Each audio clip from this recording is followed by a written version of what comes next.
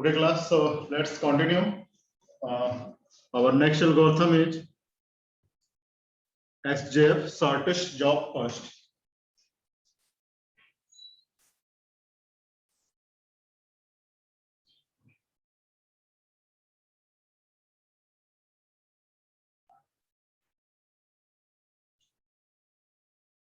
Shortest job first, basically shortest job first का मतलब ये है, देखो एक सिचुएशन समझ के देखो। मान लो कोई चार बंदे हैं, है ना, चारों को एग्जीक्यूट करना है या चारों को अपनी अपनी टास्क कंप्लीट करनी है और आपको डिसाइड करना है कि आप पहले किसकी टास्क कंप्लीट करना चाहते हो। मान लो जो पहला बंदा है उसको अपनी टास्क को कंप्लीट करने में 100 आवर चाहिए, बाकी के जो बंदे हैं उनको एक को 2 घंटे चाहिए, एक को 1 घंटे चाहिए, एक को 30 मिनट्स चाहिए केवल।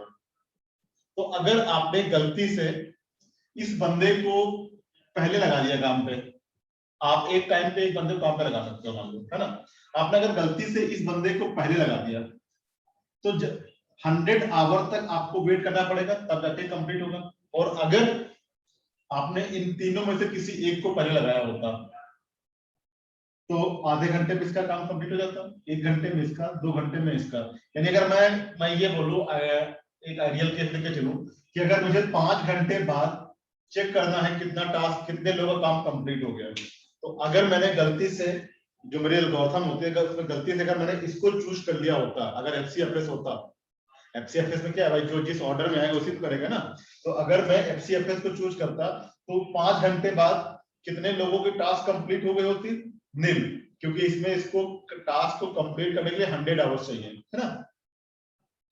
अगर मैं शेड्यूलिंग ऐसी लगाता कि मैं जिनको मिनिमम, अगर उनको मैं पहले लगाता तो 5 घंटे बाद मेरे ये तीनों बंदे जिनकी ये टास्क थे, ये तीनों बंदे भी टास्क को कंप्लीट कर चुके होते। तो कहने का मतलब ये है कि एफसीएफएस फेयर इन नेचर है, किसी के साथ बायसिंग नहीं करती है, बट समटाइम्स इसकी वजह से जो आउटपुट की क्वालिटी है, परफॉर्मेंस है, वो डिग्रेड कर जाती है। रीजन आपके सामने है कि अगर हायर बर्स्ट टाइम में कोई प्रोसेस आ गया तो वो क्या होगा, तो जब तक एग्जीक्यूट नहीं कर लेगा तब तक अगले का नंबर आएगा नहीं। तो जो लोअर प्रायोरिटी, जो लोअर बर्स्ट टाइम वाले प्रोसेसेस हैं वो हमेशा वेट करते रहेंगे। तो यहाँ पर एक स्टारवेशन की प्रॉब्लम भी आती है कि जब भी कभी स्टारवेशन की प्रॉब्लम भी क्वेश्चन को सॉल्व करने के बाद बताते हैं, क्योंकि उसको थोड़ा और किसी चीज से रिलेट कराएंगे। तो बेसिकली यहाँ पर क्या होगा, शॉर्टेस्ट जॉब फर्स्ट में जिस प्रोसेस का बर्स्ट टाइम मिनिमम होगा, एग्जीक्यूशन टाइम मिनिमम होगा, that process will get the CPU first. ठीक है। नाउ अगेन यहाँ पर 2 तरीके की एल्गोरिथम होती है, प्रिमिटिव और non primitive. Primitive algorithm, non primitive.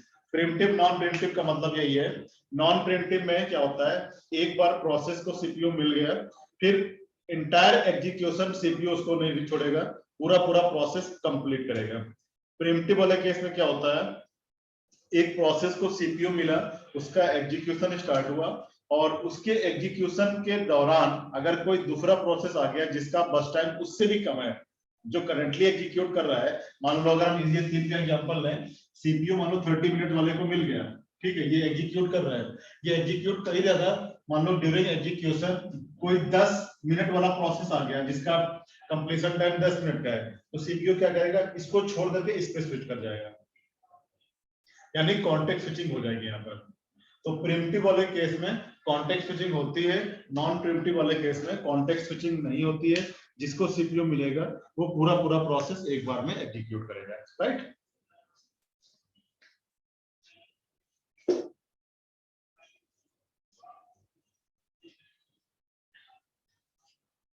अब इसका जरा एक क्वेश्चन सॉल्व कर लेते हैं।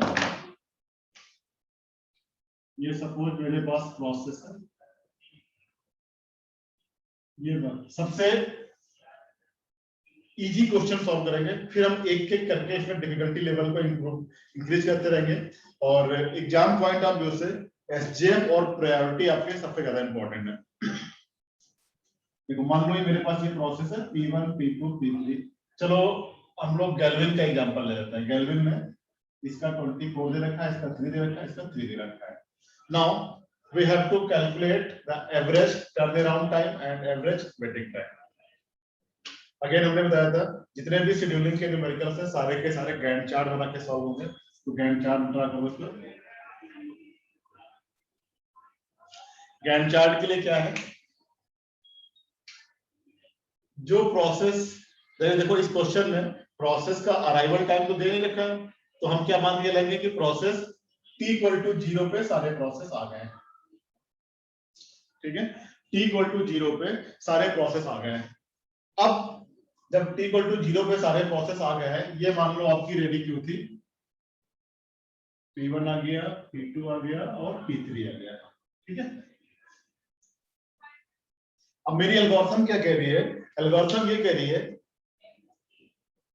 इनमें से जो प्रोसेसेस हैं रेडी क्यू में, तीनों प्रोसेस हैं, इन तीनों प्रोसेसेस में से जिसका बर्स्ट टाइम मिनिमम होगा उस प्रोसेस को सीपीयू मिलेगा। अब मिनिमम बर्स्ट टाइम किसका है तीनों में से? क्लास भाई देखो मिनिमम में कौन से है? 3 और 3 दो प्रोसेस है। अगर कोई एक ही प्रोसेस होता तब तो एक मिनिमम आ जाता। देखिए यहाँ पर देखो मिनिमम में दो प्रोसेस आ रहे हैं, इसका भी 3 है, इसका भी 3 है।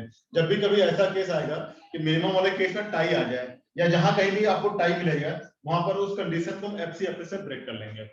यानी इन दोनों का मिनिमम है लेकिन इन दोनों में P2 पहले है P3 बाद में है, तो सीपीयू पहले P2 को मिलेगा।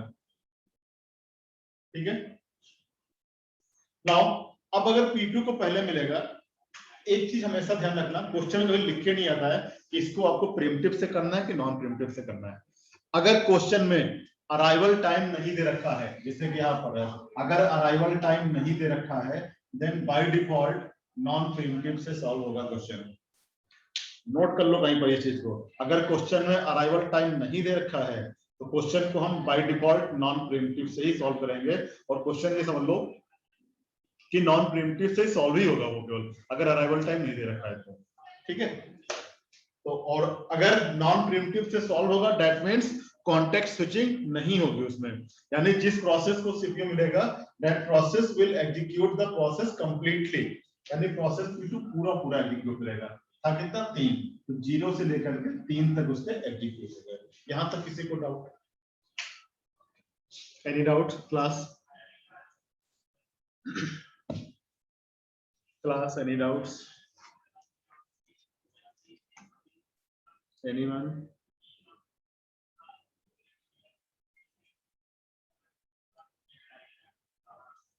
Okay.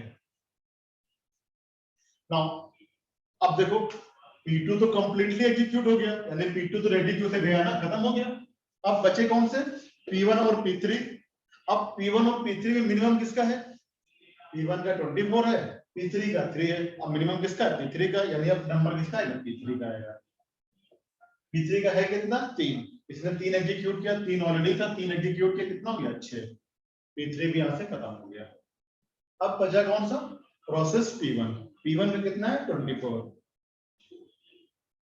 24 सॉरी यहाँ पर P1 होगा,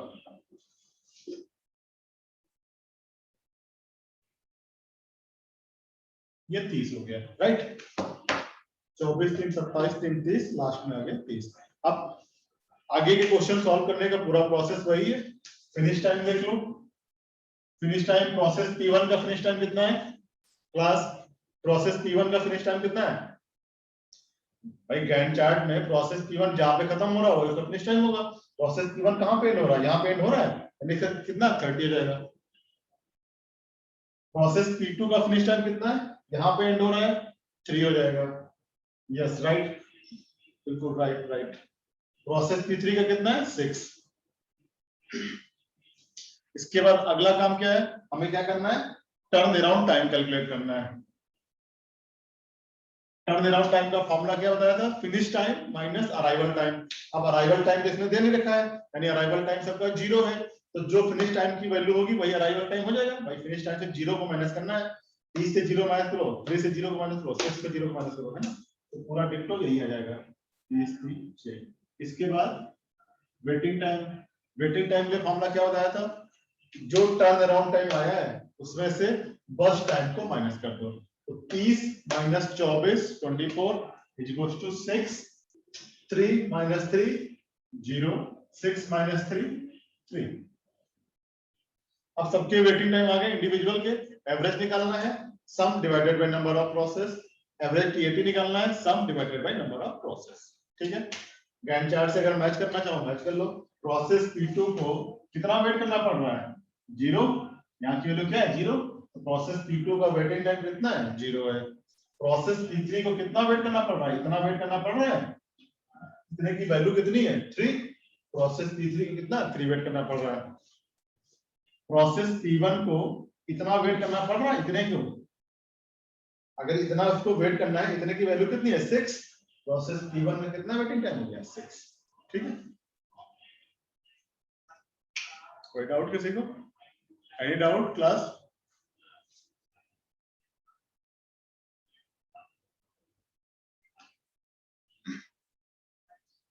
ओके, तो आगे कैलकुलेट कर लोगे एवरेज टीएटी, एवरेज डब्ल्यूटी।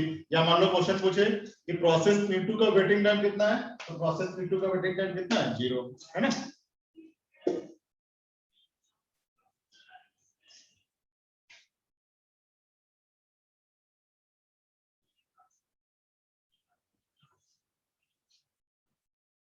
ये तो हो गया नॉर्मल क्वेश्चन।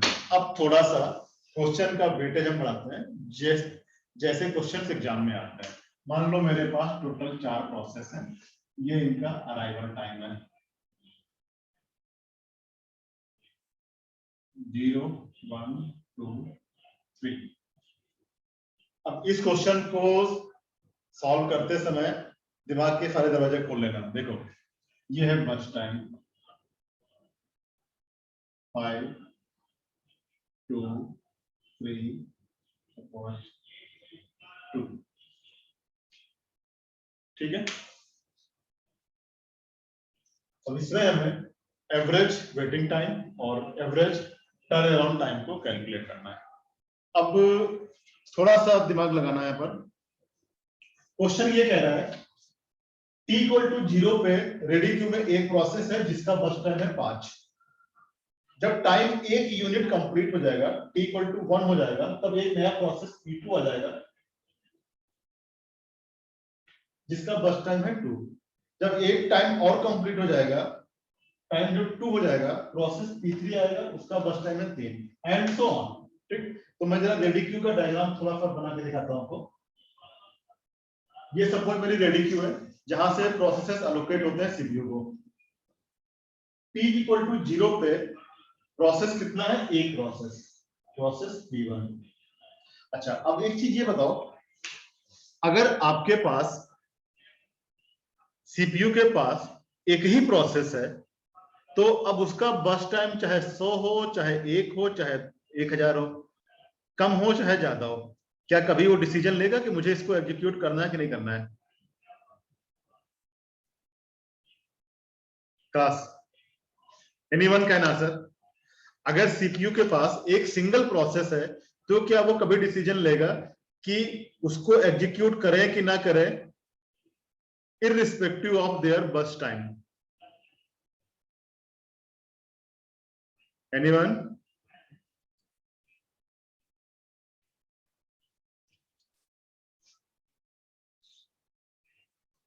थोड़ा सा सोचने की कोशिश करो।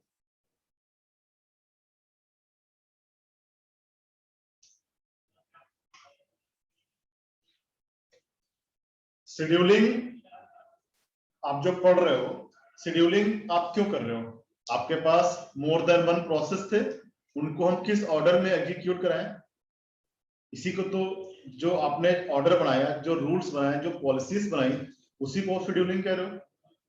और अगर आपके पास, हम क्वेश्चन ये कह रहे हैं कि अगर आपके पास सिंगल प्रोसेस है, तो क्या हमें शेड्यूलिंग की रिक्वायरमेंट है? भाई अगर शेड्यूलिंग, तो हमारी जब मोर देन वन प्रोसेस होंगे ना, कोई भी चीज शेड्यूल करने के लिए, मैं पॉलिसी बनाने के लिए, जब कोई मोर देन वन होता है तभी तो लोकेट करते हैं। अगर एक सिंगल बंदा है, हमें उसको कहीं भेज दें। वही चीज यहां पर है अगर एक सिंगल प्रोसेस अगर है, जैसे यहाँ पर देखो t इक्वल टू 0 पे रेडी क्यू में एक सिंगल प्रोसेस P1 है, बाकी तो भी आया ही नहीं है। जब एक यूनिट कंप्लीट हो जाएगी प्रोसेस P2 कब आ रहा है? t इक्वल टू 1 पे आ रहा है। P2 तो प्रोसेस P2 तो भी आया ही नहीं है। तो t इक्वल टू 0 पे मतलब इनिशियली रेडी क्यू में प्रोसेस कितने पड़े? केवल एक। तो अब अगर एक ही प्रोसेस पड़ा हुआ है तो इसका बस टाइम ज्यादा हो चाहे कम हो चाहे जो हो, इसको तो सीपीयू मिलेगा मिलेगा। भाई सीपीयू के जो क्राइटेरिया थे, पहला क्राइटेरिया क्या था? CPU utilisation. अगर आपको याद हो, अभी हमने जो सीपीयू शेड्यूलिंग के 5 क्राइटेरिया बताए थे, पहला क्राइटेरिया क्या था? सीपीयू यूटिलाइजेशन था, यानी यूटिलाइजेशन को हमें मैक्सिमाइज करना है, यानी सीपीयू को हमेशा हमें बिजी रखना है। तो अब क्या आप ये कहो कि नहीं हम टाइम t इक्वल टू 0 पे इसको प्रोसेस नहीं देंगे, क्योंकि हमें पता है अभी t इक्वल टू 1 पे एक नया प्रोसेस आएगा जिसका बस टाइम इससे कम होगा। तो फ्यूचर को तो प्रेडिक्ट नहीं कर सकते ना, कि हम ये तो नहीं जान सकते कि जो अगला प्रोसेस आएगा उसका बस टाइम ज्यादा होगा या कम होगा, ऐसा तो नहीं गेस कर सकते हैं। तो इन दैट केस सॉल्यूशन क्या है? जो हमें मिला हुआ है हम उसको सीपीयू दे दें। हाँ, ये चीज जरूर है कि ड्यूरिंग एग्जीक्यूशन अगर कोई इससे लो बस टाइम का प्रोसेस आ जाएगा तो हम इसको छोड़ उस पर स्विच कर जाएंगे, राइट? यही कॉन्टेक्स्ट स्विचिंग होती है। तो अब यहाँ पर मेरा कॉन्टेक्स्ट स्विचिंग का खेल स्टार्ट होगा। थोड़ा सा कॉन्सेंट्रेट होकर देखो कैसे होगा। Process P1 t equal to 0 पे प्रोसेस P1 को सीपीयू मिला, ठीक है। देखो ऐसे केसेस में जितने भी हैं, आप हमेशा मैं जो स्ट्रेटजी फॉलो करने जा रहा हूं इसी स्ट्रेटजी को फॉलो करके क्वेश्चन सॉल्व करोगे, कभी गलत नहीं होगा। क्या करो, इसको तब तक कंटिन्यू एग्जीक्यूट कराओ जब तक कोई अगला नया प्रोसेस ना आए। जिस प्रोसेस को सीपीयू हमने दिया है इसको तब तक कंटिन्यू एग्जीक्यूट कराओ जब तक कोई अगला नया प्रोसेस ना आए। क्लास आई एम ऑडिबल ना? Class I am audible? Anyone can respond? Class I am audible? Yes sir. Okay. So क्या हमने कॉन्सेप्ट क्या यूज करने जा रहे हैं? जिस प्रोसेस को सीपीयू हमने एलोकेट किया है that process will continuously execute till new process is not arrived in the ready queue. देखो प्रोसेस P1 को हमने सीपीयू दिया, अब प्रोसेस P1 कब तक एग्जीक्यूट करेगा? जब तक नया प्रोसेस ना आए। नया प्रोसेस रेडी क्यू में कब आ रहा है? t इक्वल टू 1 पे आ रहा है, P2 आ रहा है t इक्वल टू 1 पे, ठीक है। तो 1 तक तो हमने इसको कंटिन्यू एग्जीक्यूट कराया है। ध्यान देना, t इक्वल टू 1 तक हमने इस प्रोसेस को कंटिन्यू एग्जीक्यूट कराया। अब जब t इक्वल टू 1 तक कंटिन्यू एग्जीक्यूट कराएंगे तो देखो ये एक यूनिट कंप्लीट हुआ, इस एक टाइम में जो इसका 5 था अब वो 4 बचेगा। भाई स्टार्टिंग में इसका 5 था ना, एक यूनिट तो इसने एग्जीक्यूट कर लिया, अब बचा कितना? 4। अब इस पोजीशन पे देखो रेडी क्यू में कितने t इक्वल टू 1 पे दो प्रोसेस हैं। एक है प्रोसेस P1 जिसका बस टाइम कितना है? 4। 5 था लेकिन एक वो एग्जीक्यूट कर चुका पहले, अब बचा कितना है इसका? 4। और जो नया प्रोसेस P2 आया है उसका बस टाइम कितना है? 2। रेडी क्यू में दो प्रोसेस है P1 और P2, एक का बस टाइम है 4, एक का बस टाइम है 2। Now according to algorithm SJF shortest job first, the process which have the minimum bus time will get the CPU first। तो इन दोनों में से CPU किसको मिलेगा? प्रोसेस P2 को CPU मिलेगा, यानी यहां पर होगी कॉन्टेक्स्ट स्विचिंग, प्रोसेस P1 के बाद प्रोसेस P2 का नंबर आ जाएगा। अब अगर आपको थोड़ा बहुत याद हो जब हमने पीसीबी पढ़ाया था, जब कॉन्टेक्स्ट स्विचिंग होगी ना यहाँ की जो पूरी इंफॉर्मेशन है वो प्रोसेस P1 के पीसीबी में जाके सेव हो जाएगी, ताकि इन फ्यूचर जब प्रोसेस P1 को फिर से कंटिन्यू करेंगे यहाँ की जो इंफॉर्मेशन पे सेव कर रखी इसी को फेच कर लेगा, राइट। अब प्रोसेस P2 को सीपीयू मिल गया। अब प्रोसेस P2 अगेन मेरे कॉन्सेप्ट सारे वही रहेंगे, प्रोसेस P2 तब तक कंटिन्यू एग्जीक्यूट करेगा जब तक कोई नया प्रोसेस ना आए। नया प्रोसेस कब आ रहा है? t इक्वल टू 2 पे आ रहा है। जैसे टाइम t इक्वल टू 2 होगा नया प्रोसेस P3 आ रहा है, राइट। दिख रहा है ना आपको? स्क्रीन दिख रही है? जैसे टाइम t इक्वल टू 2 हुआ नया प्रोसेस P3 आ गया है। अब इस प्रोसेस P2 को हम कब तक एग्जीक्यूट कराएंगे? जब तक नया प्रोसेस ना आए। नया प्रोसेस कब आ रहा है, टाइम t इक्वल टू 2 पे आ रहा है। तो P2 को यहां तक तो हमने कंटिन्यू किया। अब यहां भी देखो, इस 1 से 2 के बीच में इसकी एक यूनिट कंप्लीट हो जाएगी, तो ये जो 2 था अब बचेगा कितना, 1, राइट। अब इस समय रेडी क्यू में प्रोसेस कितने हैं, 3। प्रोसेस P1 का 4 बचा था, प्रोसेस P2 का 2 था, एक एग्जीक्यूट हो गया था, बचा कितना, 1। मैं 1 को इधर लिख दे रहा हूं, शायद दिखेगा, ये 1 बचा। प्रोसेस P3 जो जस्ट अराइव हुआ है उसका बस टाइम कितना है, 3। अब देखो रेडी क्यू में टोटल 3 प्रोसेस हैं, P1, P2, P3। अब इनमें से जिसका मिनिमम बस टाइम होगा उस प्रोसेस को सीपीयू मिल जाएगा। मिनिमम किसका है, P2 का। सीपीयू पहले भी P2 को ही मिला हुआ था, यानी P2 विल कंटिन्यू। जो P2 यहां पर एग्जीक्यूट कर रहा था, P2 का एग्जीक्यूशन कंटिन्यू रहेगा, यानी P2 को फिर से सीपीयू मिला ही रहेगा।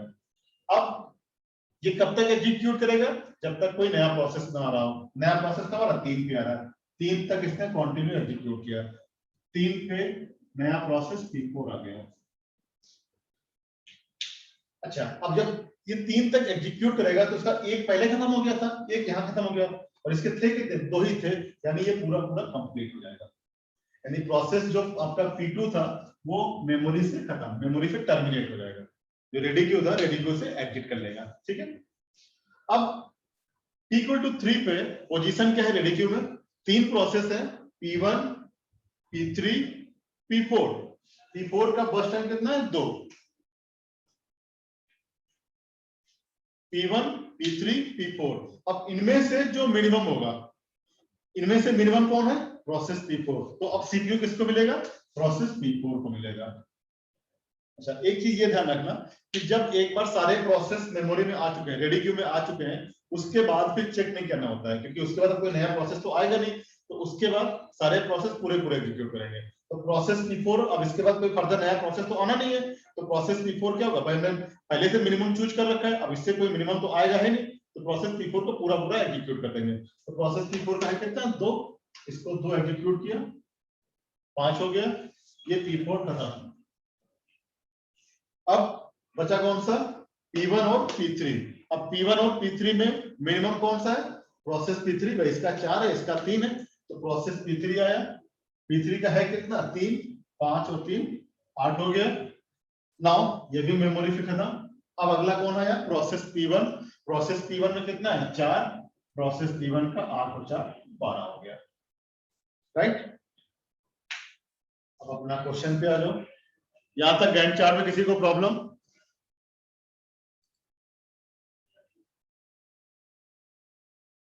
any query related to Gantt chart?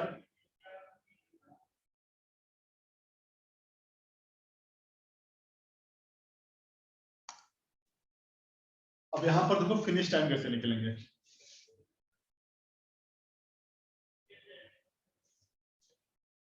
Finish time क्या होगा, प्रोसेस P1 का फिनिश टाइम क्या होगा, क्लास चैट बॉक्स में बताइए। प्रोसेस P1 का finish time,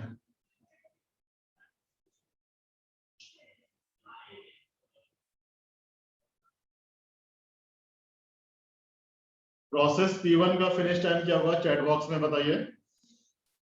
yes, process P1 का finish time will be 12, because भाई यहां पर देखो क्या है, प्रोसेस P1 यहां पर पार्शियली एंड हुआ था। फिनिश का मतलब होता है कंप्लीटली एग्जीक्यूट हो जाए, और प्रोसेस P1 कंप्लीटली एग्जीक्यूट कहां, यहां पर हुआ है, यानी प्रोसेस P1 का जो फिनिश टाइम होगा that will be 12। Process P2 यहां पे एंड हुआ है, तो प्रोसेस P2 का फिनिश टाइम 3। प्रोसेस P3 का फिनिश टाइम 8। P4 का फिनिश टाइम 5, राइट। अब वैसे भी अगर एक बार आपका गैंट चार्ट बन जाए तो उसके बाद तो सारा क्वेश्चन सॉल्व कर सकते हो। फिनिश टाइम आ गया, इसके बाद अगला काम क्या है, टीएटी। टीएटी के लिए क्या है, finish time minus arrival time, फिर डब्ल्यूटी क्या होगा, turn around time minus burst time. तो कैलकुलेट कर लोगे क्वेश्चन, हो जाएगा, यस या नो, क्वेश्चन सॉल्व हो जाएगा, यस या नो। ओके, सो मैं एक नया क्वेश्चन नोट करने जा रहा हूं, आप इस क्वेश्चन को नोट करिए।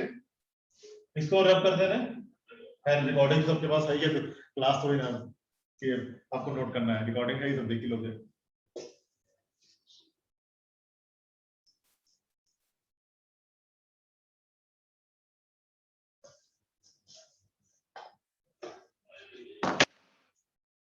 प्रोसेस अराइवल टाइम 0246, बस time 5328. Now the question is calculate average turnaround time and waiting time for all the processes. Nidhi ma'am is telling to join webinar immediately. Just hold down. आप वैसे भी आप BC लोग तो यहाँ पर हो ना, 20 की वजह से वेबिनार नहीं रुक जाएगा, थोड़ा वेट करो।